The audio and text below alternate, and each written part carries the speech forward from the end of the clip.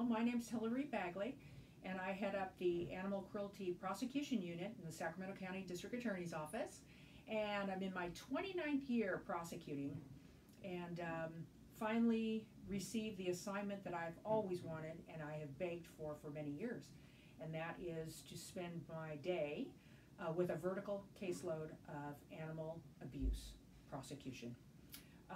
I've had a caseload of this as a side caseload for many years, and have a passion for it because I believe that people need to be held accountable for this very atrocious crime that occurs much more frequently than the public realizes.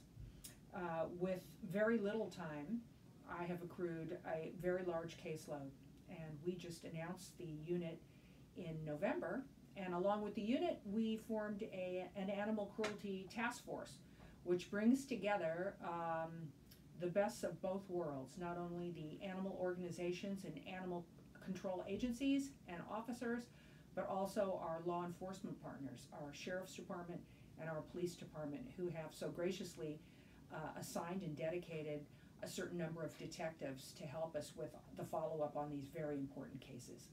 So, you're in my office right now, and I decided when I was given the assignment to bring in some of my favorite pieces of art, and I sure have quite a bit here. It's probably pretty cluttered, but I have some of Michael Vick's dogs here on the wall. I have some up on the front. Those are survivors that were rehabilitated in San Francisco, I'm happy to say.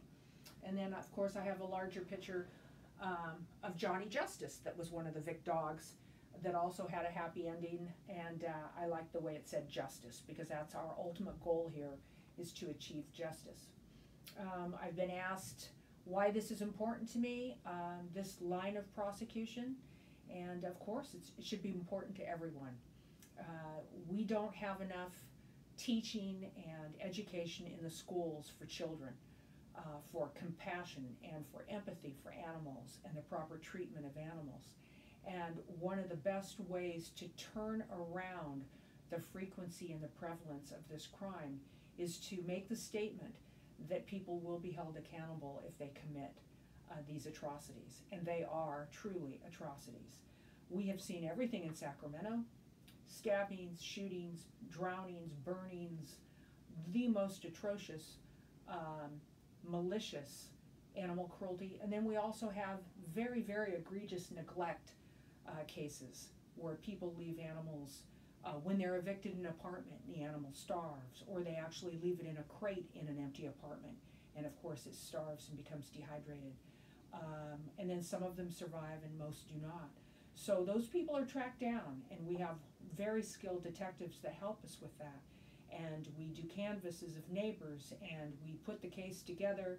We are not beyond executing search warrants and phone warrants. Anything that we do in a normal prosecution felony case, we will do to develop a case to prosecute an animal abuser.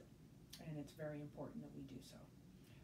The link between animal cruelty and all the other violence on humans, women, children, the link has been very, very broadly established for many years, probably 35 years, and we have all those statistics handy. But I don't even feel that I need that. I certainly don't need that affirmation to do what I do, and our support staff that we so heavily rely on, that are so invaluable, they certainly have a passion in their hearts in it. Their affinity for animals is very strong, and the horrible things that we see motivates us even more so. So that's about what I do.